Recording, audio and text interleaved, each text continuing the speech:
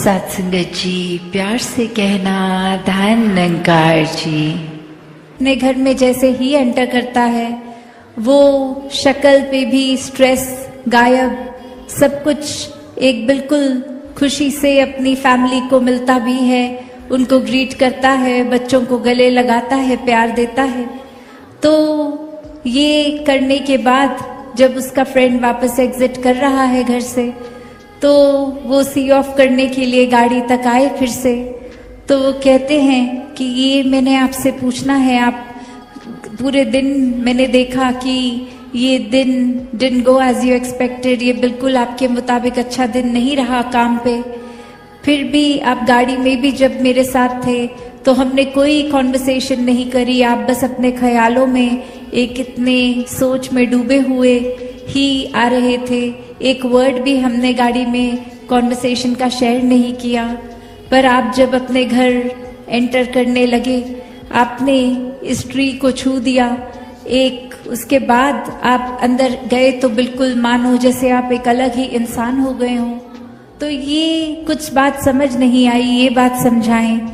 तो वो इंसान आगे कहता है कि ये मैंने अपने ही कन्वीनियंस के लिए एक मेंटल ऐसे एक एसोसिएशन इस तरह से बना दी है इस ब्रांच से कि मैं अपनी पूरी दिन की वरीज लाके या इस पेड़ पे टांग जाता हूँ कि ये काम का स्ट्रेस अब मेरे साथ घर नहीं एंटर करता। तो वो वहीं सारा बोझ रह गया उस पेड़ के ऊपर, और मैं अंदर बिल्कुल एक क्लीन स्लेट की तरह, एक फ्रेशनेस की तरह, एक घर वालों से जो प्यार मिलता है उनको भी वापस दे पाता हूँ। वरना अगर वही बोझ अंदर लेके आऊं तो फिर वही दिन का इतना जो अच्छा ना गया हो, वही एक इरिटेशन लेके मैंने भी आगे परिवार में वही दे देनी है। तो मेरा दिन तो नहीं अच्छा गया, आगे उन सबका भी मैं खराब कर दूंगा। तो इसलिए एक ये मैंने रूटीन से ही बना ली है कि ऐसा करता हूँ। और फिर समझाता है कि पर कमाल की बात तो ये है, जब अगले दिन मैं बाहर फिर सोने के बाद एग्जिट करता हूँ अपना घर और उस पेड़ की तरफ देखता हूँ तो ऐसे लगता है जितना बोझ टांग के गया था अब तो काफी उससे हल्का होके बोझ टंगा हुआ है, क्योंकि घर पे इतने घंटे इतना प्यार जो मिला, इतना फिर से वो स्ट्रेंथ मिला एक आगे बढ़ने के लिए। तो जितना लेकर आया था अब वापस काम पे जा रहा हूँ तो उससे कम ही लेकर जाऊंगा। तो बात इतनी छोटी सी इस कहानी में, पर फिर भी एक इतना गहरा मैसेज कि हम कैसे हर पल में ये भूल जाते हैं अक्सर कि अगर कोई दिन हमारा चल भी रहा है वो हमारे मुताबिक खराब दिन है, तो उसको अगर निराकार को याद नहीं किया तो छोटा सा भी बोझ बहुत लगेगा। और अगर उसमें भी लगा कि निराकार तो हर पल साथ है, कोई बात नहीं बॉस गुस्सा कर रहे हैं तो, कोई बात नहीं हम अपनी डेडलाइन नहीं मीट कर पा रहे तो, या कोई भी एक स्टूडेंट लाइफ में भी एक टेस्ट रिजल्ट अच्छे नहीं एक आ रहे, पढ़ाई में ध्यान अगर उस समय फोकस नहीं बन पा रहा, या जो भी जीवन के पड़ाव में एक इंसान है, तो ये हमारे मुताबिक चीजें ना हो वो बोझ बन गया। वो तभी जब हमने उसी पल पे लेट गो नहीं किया, उसी पल पे निराकार पे नहीं छोड़ा, वरना तो वो बोझ उतना भी इकट्ठा ना हो उस इंसान का कि घर लाकर उस पेड़ की टहनी पे टांगना पड़े। तो बात इतनी सी कि हर पल ये दुनिया ने तो कुछ ना कुछ तरीके से फंक्शन करना है, और जब जब हमारे मुताबिक नहीं होगा उसको हम एक बोझ बना लेंगे। तो कैसे एक पूरी तरह से ये जो बार बार बीइंग बाउंडलेस की बात आ रही है, तो यही है कि अपने आप को खोकर ही सब कुछ पाना है। और ये चाहे फिर छोटी छोटी चीजें, एक डेली बेसिस का स्ट्रेस है, एक चिंताएं हैं, इच्छाएं हैं, या फिर कोई बड़ी बड़ी और चीजें भी कि एक कई बारी किसी ने जीवन में कोई एक बचपन से ही एम सेट किया होता है कि बड़े होके एक ये चीज अचीव करनी है, और वो मेहनत भी पूरी होती है, सब कुछ फेवर में भी आता है, पर वो फाइनल डेट पे जब वो काम होना है वो किसी वजह से नहीं हो पाता, और फिर ये पूरी लाइफ ही सेटबैक लगती है कि इतने साल इन्वेस्ट कर दिए, इतने दिन लगा दिए, ये अचीव तो नहीं हो पाया और कोई प्लान बी भी नहीं रखा था, इसी पे पूरे चैनलाइज कर रहे थे। तो बात वही कि जिनके जीवन में निराकार होता है वो अपने सपने तो सजाते हैं, मेहनत भी करते हैं सपनों पे चलने की, पर इतना ज्यादा उनसे फिर चीजों से या सपनों से अटैच नहीं होते कि कहीं फेलियर आया तो वो हमारा ही फेलियर बन जाता है। नहीं, वो सेटबैक्स संतों के लिए कभी सेटबैक्स नहीं होते, क्योंकि संत तो कभी भी मजबूर नहीं होते, संत तो कभी भी बंदिश में नहीं होते। संत तो हर समय जब इसी ब्रह्म के साथ जुड़ गए हैं तो ये निराकार से जुड़कर ब्रह्म ज्ञानी आप निराकार, फिर क्या बंदिशें, क्या सेटबैक्स। तो बात वही, ये हम अपने दिमाग में, ये हम अपने आप को इतना कन्फाइंड कर लेते हैं कि यही दायरा है। एक अक्सर एग्जाम्पल जो हम सुनते रहते हैं कि घर के छोटे से एक्वेरियम में वो फिश को लगता है कि जितना स्पेस है, अब वो एक बड़ी वाटर सोर्स, वाटर बॉडी में भी अगर डाल दें उसको, वो उतने दायरे में ही स्विम करती रहती है, क्योंकि इतनी हैबिचुअल है अब वो अपने एक्वेरियम में ही तैरने के लिए।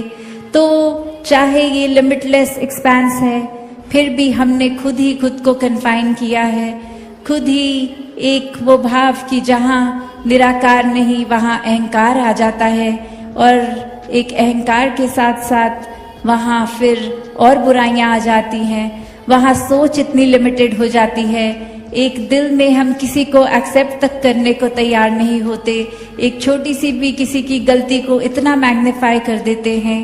फिर हम कारण भी ढूंढ लेते हैं कि ये इंसान हमें अच्छा नहीं लग रहा, और कोई पूछता है क्यों, नहीं बस इनकी वाइब भी पसंद नहीं आई है। तो ऐसे भी इतनी माइनर चीजें खुद क्रिएट कर लेते हैं कि ये इंसान नहीं अच्छा लग रहा, तो वजह ढूंढो क्यों नहीं अच्छा लग रहा, एक बना देते हैं हम वजह। तो एक कुछ भी वजह से किसी को भी हम डिक्लेयर कर देते हैं कि ये अच्छा नहीं है। तो बात वही कि एक निराकार का रूप हर एक में है, हर एक ने जहाँ इंसानियत का शरीर लिया है तो वो एक मनुष्य ने गलतियां भी करनी है। तो इतने क्विकली इतना जजमेंटल भी होने की जरूरत नहीं है कि उन्होंने ये गलत कर दिया, so this person is wrong, I will never speak to that person again, ऐसा भी माइंडसेट बना लेते हैं। नहीं, अगर हम खुद देखें तो प्रॉब्ली वो इंसान ने तो जीवन में इतनी गलतियां नहीं करी होंगी जितनी हम एक हफ्ते में कर देते हैं। फिर तो सबसे पहले हम खुद पे ही इतना बड़ा क्रॉस लगा दें कि गलत है हम। नहीं, हम अपनी नजरों में तो सब अपने आप को और अच्छा मानते हैं और खुद को एक श्रेष्ठ बना लेते हैं, बस दूसरे ही खराब हैं, हम तो बिल्कुल परफेक्ट हैं। हमारे हिसाब से दुनिया चले तो पता नहीं कितनी और अच्छी हो जाएगी। तो बात वही है कि ये मुद्दा ये सिर्फ और सिर्फ अहंकार का, चाहे वो इतनी माइनर स्लिप से आए, चाहे एक कोई जरूरी नहीं है कि जैसे रावण की डिपिक्शन होती है कि 10 सर लग के इतना प्रोमिनेंट अहंकार आएगा। नहीं, वो छोटी छोटी अचीवमेंट्स में आ जाएगा कि आज मैंने ये टी शर्ट कितनी अच्छी आई, हर पल में ही निराकार शामिल है। तो कुछ काम हम उस तरह फिर नहीं कर रहे, ना हम एक अपना वर्क कर रहे हैं, ना हम घर का पालन पोषण कर रहे हैं, क्योंकि ये याद है निराकार ने हमें सिर्फ जरिया बनाया है। तो हम पूरी ईमानदारी से पूरे भाव उस तरह रख के कि ये सेवा ही हमें दातार द्वारा दी गई परिवार का ख्याल रखने की, और उसको ही निभा रहे हैं। तो ऐसे फिर परिवारों में वो प्यार भी बना रहता है, एक दूसरे का आदर सत्कार भी हो जाता है। ये आत्ममंथन की बात भी कि कैसे जो आज हमने सत्संग में बार बार सुना कि कोई भी टिप्पणी हम दूसरों पे तो तुरंत कर देते हैं, आईना दूसरे को तो दिखा देते हैं, पर खुद के लिए बनाया है ये आईना कि अपने आप को देखें, मन अपना संवारें। तो वैसे ही हर एक छोटा सा ही चाहे इकाई है फैमिली गिनती के मेंबर्स, फिर भी ये तालमेल बनाना कभी कभी कितना मुश्किल हो जाता है। कैसे एक दूसरे से ही साथ के कमरों में रहते हुए भी एक बातचीत बंद हो जाती है, कैसे एक आदर सम्मान खो बैठते हैं। तो ये बात कि अगर वाक्य ही निराकार याद है तो हर पल में जो अभी हम राजपिता जी की विचार से प्रेम का भाव भी श्रवण कर रहे थे कि ये प्रेम की ही अपने आप में क्वालिटी है कि अगर प्रेम है तो हमारे अंदर ये निखार रूप आता रहेगा, ये मन भी दुरुस्त रहेगा। तो वही एक हर समय की खुशबू मन में रहे। ये पारिवारिक रूप तो छोटा हो गया, पर यहाँ हम संसार वासुदेव कुटुंबकम की बात करते हैं कि कैसे पूरे संसार में ही वो परिवार रूप देखा जाए, तो कैसे फिर पूरी मानवता के लिए समर्पित ये दिल हो सकता है। ये अच्छाई बुराई किसी की आंख देखती नहीं, फिर किसी की जाति पाति नहीं देखती, कोई ऊंच नीच नहीं देखती, कौन किस एड्रेस पे रहता है, कौन कितना आर्थिक रूप में किस तरह है, ये आंखें अब भेदभाव नहीं कर रही। और जहाँ भेदभाव नहीं है वहां दिलों में फिर नफरत भी नहीं होती। तो जीवन में ये एक रस रहते हैं संत। संत सिर्फ एक ही नजर से हर एक को देखते हैं, और वही नजर की बात कहाँ से आती है, ये दातार इस निराकार से, इस परमात्मा से जुड़कर आती है। वरना दिमाग पे छोड़ दें अपनी सोच पे तो कुछ पल के लिए तो ये दिल भी शुक्रगुजार रह सकता है, पर ये अवस्था बनना 24 घंटे की, ये फिर दिमाग को, क्योंकि ये फीचर ही है दिमाग का कैरेक्टरिस्टिक कि कभी कुछ याद है कभी कुछ याद नहीं है, तो ये कभी शुक्राना करना याद रहेगा या कभी नहीं। पर जब वो अवस्था ही बन जाती है फिर वो दिमाग का काम नहीं है, वो तो फिर अपनी रग रग में ही हम वो चीज डाल लेते हैं, तो ये शुक्राना भाव आ जाता है।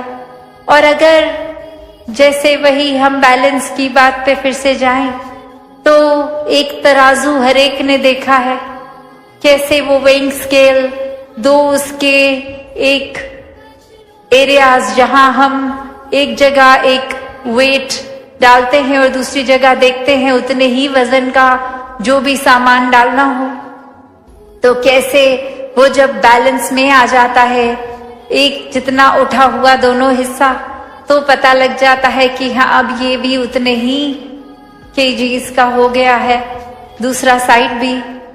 तो मन में हमारे ये एक एग्जाम्पल के तौर पे तो चीज पता है, पर मन के भीतर जब देखें तो ये तो आएगा कि हमें प्यार एक करना भी है, और जब रिसीव हो प्यार उसको अपने अंदर डालना भी है। पर अक्सर हम वहां चूक जाते हैं। एक उस तराजू के बैलेंस को बिगाड़ना एक मन की अवस्था के ऊपर हो जाता है कि ये तो भूल जाते हैं कि अगर हमें एक प्यार को जितना देना है, अगर एक्सपेक्ट कर रहे हैं कि उससे ज्यादा मिले या उतना मिले और वो उस मुताबिक नहीं, तो ये मन की अवस्था ही है। बिकॉज यही हमने अपने आप को सही करना है। एक नजरिया हमारा क्या है कि ये हमें ज्यादा से ज्यादा मिलता रहे और कितना देना है उस पे तो हम तवज्जो ही नहीं करते कि कैसे दे। ये कोई सौदे का तो खेल नहीं है प्यार, खैर, पर एक अगर आम भाषा में जैसे बोलते हैं कि अगर करेंगे तो मिलेगा, तो ये बात प्यार के ऊपर तो उस तरह से लागू नहीं, क्योंकि अगर हमारे वाक्य ही असली एसेंस में प्यार है तो वो उस पैमाने पे है ही नहीं कि वापस मिलेगा, क्योंकि प्यार तो वो भाव है जो सिर्फ जितना देते हैं उतना ही मन खुश रहता है। तो यहाँ एक बैलेंस की बात कि हम किस तरफ तराजू के वो नजर डाल रहे हैं कि हम कितना दे रहे हैं उस पे या हमारे को कितना मिल रहा है उस पे। तो संतों ने तो हमेशा देने की ही बात की है। कोई सौदेबाजी, कोई शातिर मन दिमाग तो नहीं रहा संतों का। कोई फायदे नुकसान की बात तो नहीं करते, तो वैसे ही अपनी मन की अवस्था को भी हमें बनाना है। कैसे इस परमात्मा का हर हाल में संतों ने शुक्र किया है, और हमेशा से एक वही की अवस्था, कुछ भी हो जीवन में, कोई भी उतार चढ़ाव हो, ये शुक्राना भाव ही बना रहे। कैसे एक कहानी जो सभी ने सुनी भी, एक उसका छोटे रूप में दासी अभी फिर से उसको रिविजिट भी करती है कि एक राजा एक अपने मिनिस्टर के साथ जा रहा जंगल में, और वहां पे एक बहुत देर कुछ घूमना था उनको किसी वजह से, और अब घूमते घूमते भूख लग गई, धूप भी काफी थी, और एक पेड़ नजर आता है जहां फिर वो डिसीजन होता है कि थोड़ी देर ब्रेक ले लेते हैं। कुछ इस पेड़ के ऊपर फल लगा हुआ है, उसको खा लेते हैं। और अब जब पेड़ के नजदीक जाते हैं तो देखते हैं कि एक ही फ्रूट लगा हुआ है पूरे पेड़ पे, चाहे उस पेड़ पे पत्ते बहुत हैं, शेड मिल रही है, एक आसपास उनको वाटर सोर्स भी मिल जाता है, पानी का इंतजाम भी हो जाता है। पर अब भूख की बात है तो बस एक फल और दो व्यक्ति, वो मिनिस्टर और उसका ये राजा। तो अब ये भूख की पूर्ति कैसे हो? तो फिर भी वो राजा उस तरह से इशारा करता है, और वो सेवक के रूप में मिनिस्टर वो ले आता है फल, और वो चखने लगते हैं अभी। और ये राजे की नजर में क्या आ रहा है कि उसने तो, साथ वाले व्यक्ति ने, इस मिनिस्टर ने तो पूरा ही फल चख लिया, ऑलमोस्ट बस खत्म होने ही वाला था। तो राजा की भूख बहुत थी और कुछ बचा नहीं था, तो एक इंस्टिंक्टिवली उसने वो फ्रूट खींच ही लिया हाथ से कि कुछ तो दे दो मुझे भी। और अब जैसे ही चख मारा, और वो बाइट में वो फ्रूट इतना कड़वा, इतना खट्टा कि एक अचानक रिफ्लेक्स में वो स्पिट आउट कर दिया, वो थूक दिया गया। और वो एक सवाल नेचुरल कि ये इतनी सारी क्वांटिटी आपने अपने अंदर खा ली इस फ्रूट की, पर ये तो एक बाइट में ही नहीं अंदर जा पा रही। तो ये आपने उस समय कुछ ना शक्ल पे आने दिया, ना आपने ऐसा कुछ रिएक्ट किया। तो वहीं वो सेवक रूप उसका वो एक बात रखता है कि राजा, आपने मुझे सब कुछ दिया है, और अगर आपने अभी सिर्फ एक हुक्म ही किया कि वो फल को तोड़ो, तो पहले तो मेरे मन में आया कि मैं एक उसको फर्स्ट बाइट मार के देख लूं कि अंदर से वो ठीक है और वो मीठा होना चाहिए, और मैं आपके आगे पेश कर देता।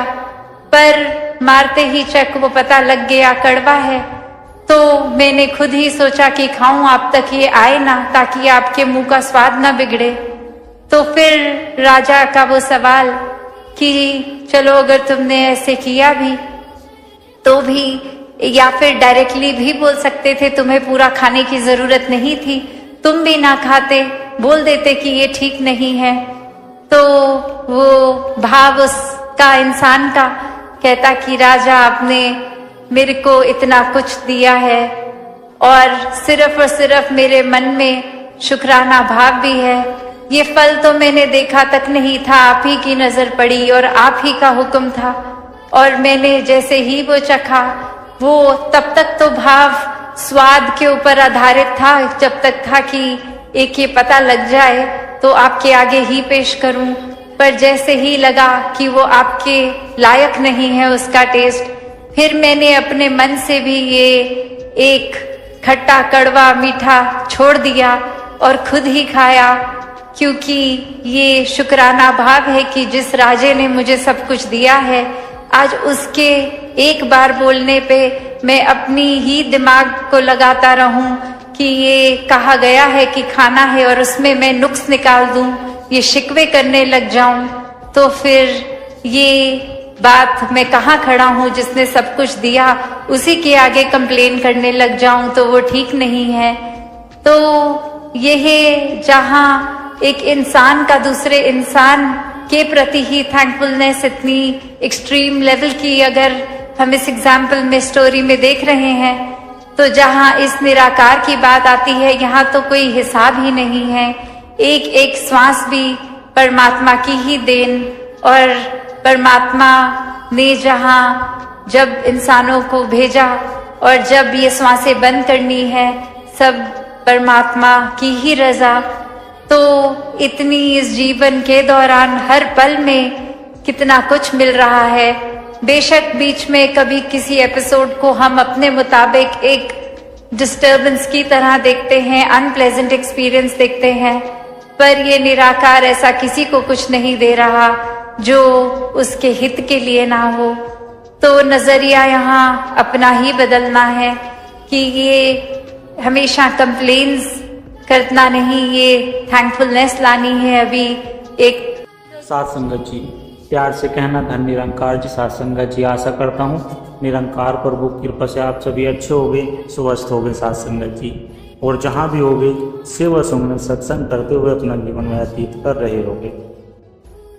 साथ संगत जी, दास आज आप जी के लिए लेकर आया बहुत ही सुंदर प्रेरणादायक कहानी विचार, जिसका विषय है साथ संगत जी आत्मा ही निरंकार का अंश है। साथ संगत जी, आशा है प्रवान करें और ध्यान से सुनो साथ संगत जी। साथ संगत जी, संत रविदास ध्यानस्थ बैठे हैं, उनके चेहरे पर परम शांति और तृप्ति का भाव है। संत कबीर उनके पास आकर चुपचाप बैठ जाते हैं। रविदास आंखें खोलते हैं और कबीर को देखकर प्रेम पूर्वक मुस्कुराते हैं। कहते हैं, कबीर राम राम। रविदास भाई, आज मन में एक गहरा प्रश्न लेकर आपके पास आया हूँ। रविदास सहजता से, कहिए कबीर भाई, ऐसा कौन सा प्रश्न है जो आपके शांतित्व को भी मंथन करने का विवश कर रहा है। कबीर भाई रविदास, मैं संतों से, ज्ञानियों से सुनता हूँ और मेरा अपना अनुभव भी यही कहता है कि आत्मा ही परमात्मा, निरंकार परमात्मा है। उन दोनों में कोई भेद नहीं। आपकी आत्मा और मेरी आत्मा एक ही है, दोनों अलग अलग नहीं है। यह आत्मा सर्वव्यापी है। साथ संगत जी, यह आत्मा सर्वव्यापी है। जो अलग अलग दिखते हैं वे तो केवल जीवात्मा है, शरीर है, पर आत्मा तो एक ही है। और यह बात बिल्कुल सच है कि आत्मा ही निरंकार है। पर जब मैं यह बात लोगों से कहता हूँ तो वे मानते ही नहीं। वे कहते हैं, यह कैसे संभव है? हम छोटे छोटे जीव और वह महान परमात्मा एक कैसे हो सकते हैं? वे शास्त्रों का प्रमाण मांगते हैं। आप तो शास्त्रों के भी ज्ञाता है। कृपा करके इस सत्य को प्रमाणित करें, ताकि जो लोग शास्त्रों को मानते हैं वे भी इस परम सत्य को स्वीकार कर सके। साथ संगत जी, रविदास गहरी और प्रेम पूर्वक स्वर में कहते हैं, कबीर भाई, आपने कोई साधारण प्रश्न नहीं पूछा, आपने तो उस परम सत्य को ही वाणी दे दी जिसे जानने के लिए ऋषि मुनियों युगों युगों तक तप करते हैं। और आपका कहना अक्षरार्थ सत्य है। यह हमारी आपकी कोई नई खोज नहीं, यह तो हमारे सनातन शास्त्रों का अंतिम निष्कर्ष है, उनका हृदय है। चलिए आज हम उन महान ऋषियों और स्वयं भगवान के वचनों से इस सत्य पर लगी अज्ञान की मोहर को तोड़ते हैं।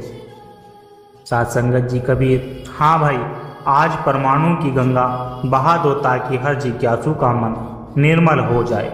रविदास, तो सबसे पहले हम श्रुति प्रमाण लेते हैं। यदि वेदों और उपनिषदों का प्रमाण जिसे कोई नहीं काट सकता, हमारे ऋषियों ने अनुभव के शिखर पर पहुंचकर जो घोषणाएं की, उन्हें महावाक्य कहा गया है। वे सीधे सीधे इसी सत्य को उजागर करते हैं। मांडूक्य उपनिषद अर्थवेद में कहा गया है कि अयम आत्मा ब्रह्म, इसका सीधा अर्थ है यह आत्मा ही निरंकार पार ब्रह्म परमात्मा है। इसमें कोई किंतु परंतु नहीं, कोई शायद नहीं। यह एक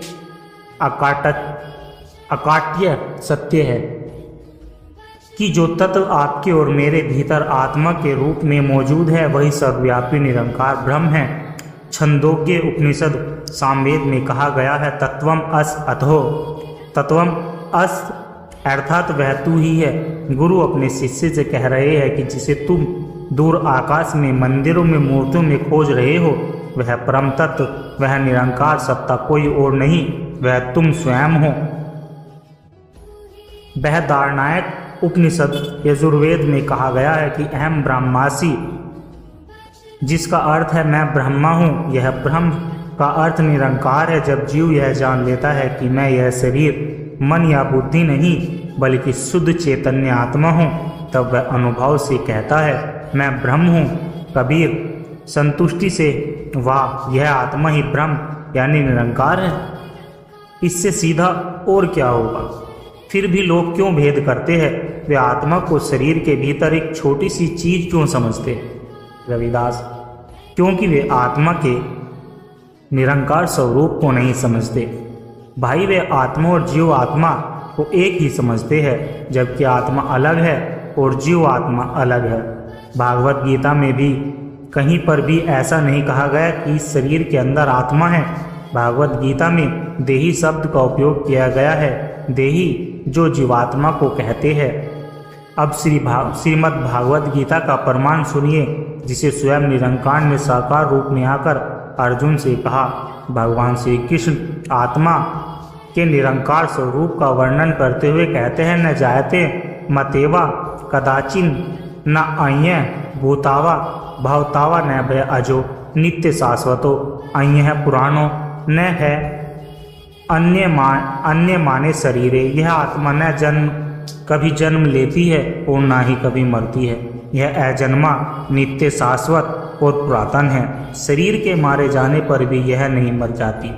जो अजन्मा और नित्य है, जिसका कोई आदि अंत नहीं, वही तो निरंकार है। फिर साथ संगत जी 13वें अध्याय में भगवान सबसे बड़ी और अंतिम घोषणा करते हैं कि क्षेत्राजम चापी माम वेदी सर्व क्षेत्रु भारत। है अर्जुन, तू संपूर्ण क्षेत्रों में जो क्षेत्रज आत्मा है उसे मैं ही जान।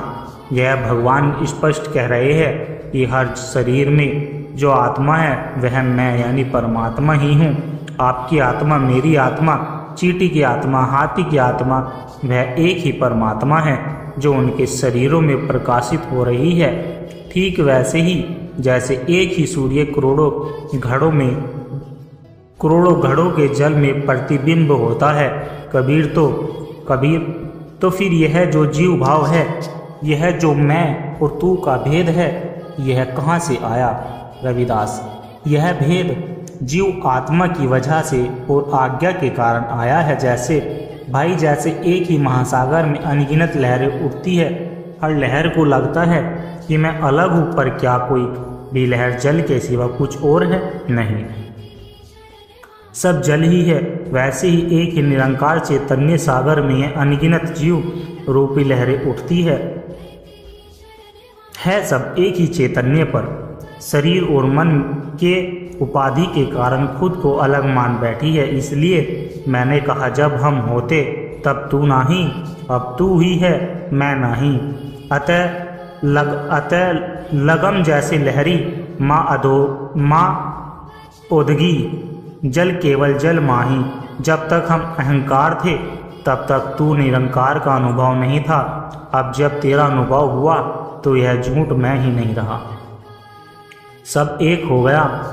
सत्संगत जी कबीर गहरी समझ के साथ कहते हैं, सत्य है अज्ञान ही वह पर्दा है जो आत्मा को निरंकार से अलग दिखाता है। जैसे ही ज्ञान का प्रकाश होता है, यह पर्दा हट जाता है। लाली मेरी लाल की जिद देखो तित लाल, लाली देखन मैं गई, मैं भी हो गई लाल।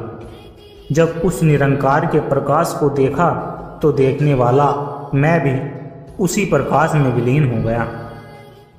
भेद समाप्त हो गया। रविदास और अंत में परम ज्ञानी आदि शंकराचार्य का प्रमाण सुनिए, जिन्होंने इन सभी शास्त्रों का मंथन करके जो मक्खन निकाला वह एक पंक्ति में कह दिया, ब्रह्म सत्यम जगन मिथ्या, जीवो ब्रह्म न पार ब्रह्म। निरंकार ही एकमात्र सत्य है। यह जगत जो दिखाता है मिथ्या है, और यह जीव कोई और नहीं साक्षात ब्रह्म यानी निरंकार ही है। तो कबीर भाई अब आप ही बताइए, जब वेद उपनिषद गीता और महान आचार्य एक ही स्वर में कह रहे हैं कि आत्मा ही निरंकार है, तो इसमें संदेह का स्थान कहाँ बचता है? हम और आप तो केवल उसी सनातन सत्य के डिंडोर जी रहे हैं जो लोगों को उनकी भूल हुई पहचान याद दिला रहे हैं। रविदास हाथ जोड़कर यही परम ज्ञान है, यही परम सत्य है, आत्मा ही निरंकार है, इसे जिसने ज्ञान जान लिया उसका जीवन सफल हो गया, वह बेकमपुरा शोक रहित अवस्था का वासी हो गया। कबीर भाई रविदास आपका सत्य अकाट्य है, वेद गीता और आचार्य सब एक ही सत्य का उद्घोष कर रहे हैं। यह मेरा हृदय में बैठ गया है, पर जब मैं यह सत्य लेकर लोगों के बीच जाता हूँ तो उनके मन में एक और बड़ी लहर उठती है। वह तर्क करते हैं और उनका तर्क मुझे सोचने पर विवश कर देता है। रविदास शांत मुस्कान के साथ कहिए भाई, ऐसा कौन सा तर्क है? इस पै की कसौटी तो तर्क और अनुभव की अग्नि में तप कर ही होती है।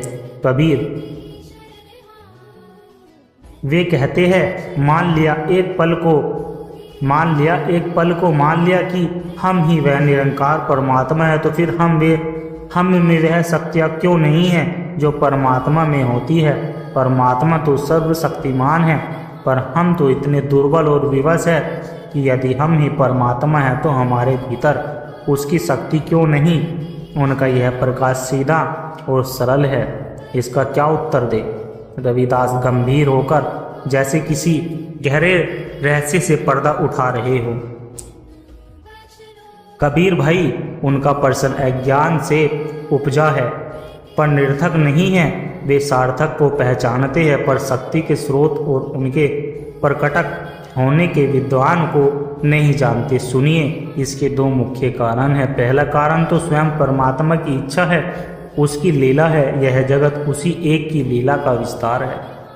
उसने स्वयं को बुलाकर ही यह अनेक होने का खेल रचा है। वह परमात्मा स्वयं को ही खोज रहा है। यदि हर जीव को अपनी परमात्मा शक्ति का पूर्ण ज्ञान और अधिकार एक साथ हो जाए तो यह खेल ही समाप्त हो जाएगा। यह पृथ्वी इतने सारे परमात्मा स्वरूप में स्थित हुई सिद्ध पुरुषों का भार एक साथ नहीं संभाल सकती। साथ संगत जी कहते हैं, जब कोई एक सिद्ध पुरुष भी इस धरती पर चरण रखता है तो धरती भी उसे झुककर प्रणाम करती है।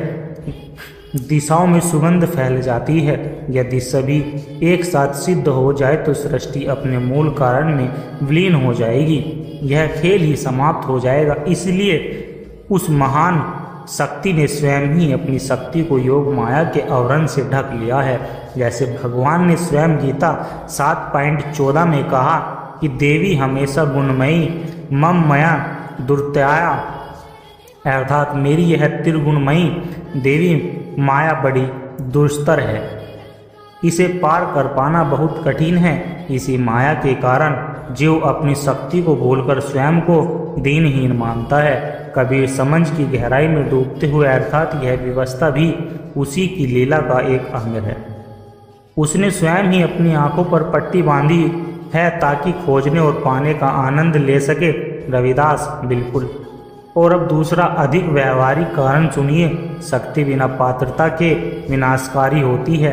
यह कोई पिता अपने नासमझ बालक के हाथ में जलती हुई मशाल या तेज तलवार थमा देगा नहीं, क्योंकि वह जानता है कि बालक अपनी नासमझी में स्वयं को और दूसरों को हानि पहुंचा लेगा। ठीक इसी प्रकार परमात्मा रूपी पिता अपनी शक्तियाँ उस जीव को नहीं सौंपते जिसका मन अपवित्र है, जिसकी बुद्धि मलिन है, जो काम क्रोध लोभ मोह और अहंकार के विकारों से भरा है। यदि ऐसे व्यक्ति को शक्तियाँ मिल जाए तो वह सृष्टि में कल्याण की जगह प्रलय ही मचा देगा। साथ संगत जी, इसलिए यह विधान है कि यह शक्ति केवल उसे भी प्राप्त होती है जो पात्रता अर्जित करता है। कबीर, और यह पात्रता कैसे अर्जित होती है भाई? इसका मार्ग क्या है? रविदास, इसका मार्ग है साधना। हमारे ऋषियों ने कहा है कि यह मानव देह एक मंदिर है और इसके भीतर ही वह सारी दिव्य शक्ति कुंडलिनी के रूप में सोई पड़ी है, जो साधक यम नियम का पालन करके अर्थात सत्य, अहिंसा, ब्रह्मचार्य का पालन करके अपने मन और तन के मंदिर को पवित्र करता है, जो ध्यान और तप की अग्नि में स्वयं को तपता है, उसकी वह सोई हुई कुंडलिनी शक्ति जागृत होने लगती है। तंत्र और योग के शास्त्र इसी शक्ति को जागृत करने के विज्ञान से भरे पड़े हैं। जैसे जैसे यह शक्ति जागृत होती है, साधक में देवी गुण और सिद्धियां स्वयं प्रकट होने लगती है। साथ संगत जी, जो लोग यह प्रश्न पूछते हैं कि मेरे अंदर शक्तियां क्यों नहीं, वह केवल पूछना जानते हैं, करना नहीं।